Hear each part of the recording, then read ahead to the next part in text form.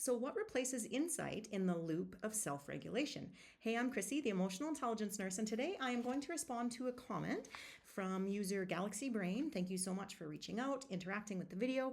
And it was all about the loops of insight and how sometimes when we're super intelligent and we're really empathic and we can become so insightful that we actually sort of skip or we miss out on our regulation.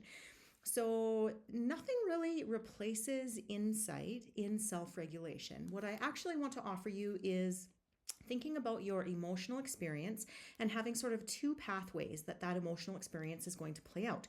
You have the pathway of your brain, your mind, your intellect, and your ego, and all of the narrative that we have about ourselves and our identity. And then you have the pathway of your physical body, the five senses, and emotional charge. Now, emotional charge is the level of intensity that you can experience in your physical body when emotional experiences arise.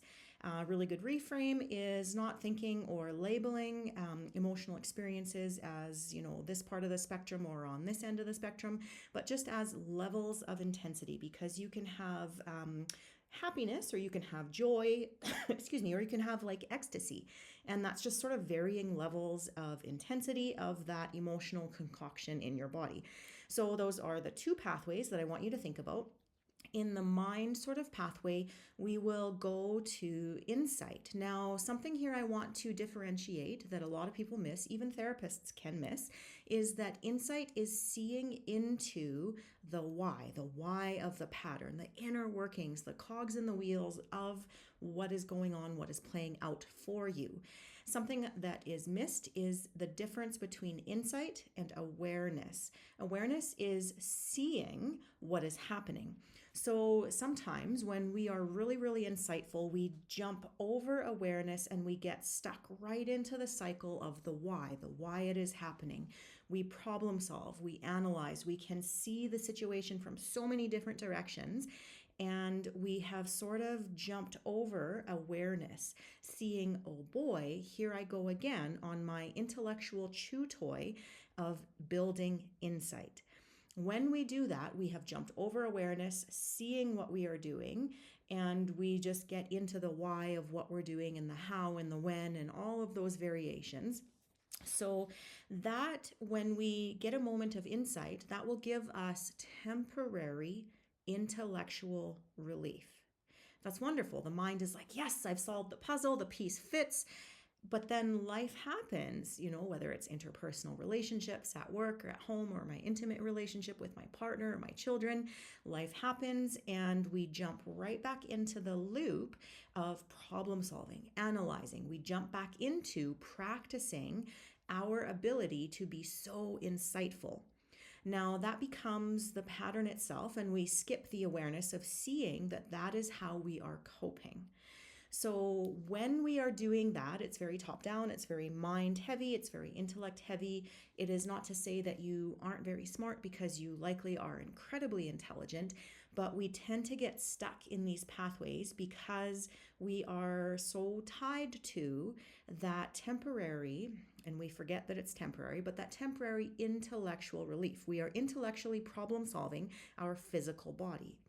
Now, the other pathway is the physical body, and that is the five senses and the level of intensity that we can feel in our physical body. Insight doesn't always insight doesn't always connect to physical body nervous system relief. It doesn't always connect to that regulation and integration. So the question becomes not what replaces insight, but how can I bridge my insight to something that is going to actually calm my physical body, that is going to connect those two pathways together.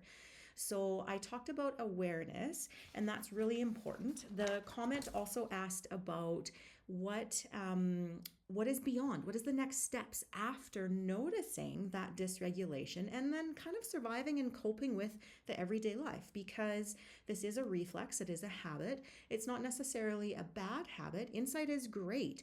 But when we are missing awareness and we are missing the bridge between our insight and our physical body, then we kind of have two different pathways, and one sort of gets left behind, the body, the nervous system, the regulation, and the insight continues to move ahead and starts to loop. So, where I want you to take sort of your own self reflection and maybe your own personal work is considering what is going to make the best coping mechanisms and the daily sense of emotional safety. So I have paired it here for you: awareness and capacity. To be able to see, remember, awareness is to see what is happening, and the capacity, the ability to hold. Here's the catch: the ability to hold or the ability to let go. Now, emotionally, we tend to kind of hold a lot. It's actually a lot harder for many clients of mine as a therapist for them to let go. The reason it is hard to let go emotionally is because we have such a defined loop of insight. We jump to problem solving and analyzing, and we are seeking that intellectual relief. So it's awareness and capacity to see what is happening and to be able to hold or to let go. And then the other one is insight and regulation. So if I'm not able to see and I haven't really practiced my ability to either hold or to discern when to let go, then that's kind of my first piece of the puzzle. And then my insight and my regulation. What is bridging them? So if you are super insightful, that's beautiful skill, but what can you do to bridge that insight? Is it awareness that, oh, I'm looping in that intellectual sort of chew toy problem, nothing is connecting back, coming back down into my body to regulate? So how am I using that insight? So the long and the short is, what am I doing with my insight to action it? Not just stay looping in the realm of intellect and problem solving and intellectual sort of relief. What am I doing that it brings it back down into my body?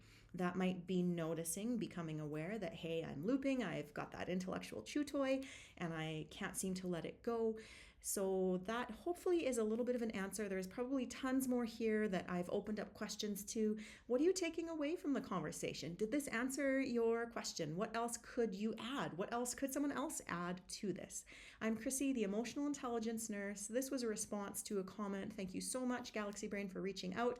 I'll see you around.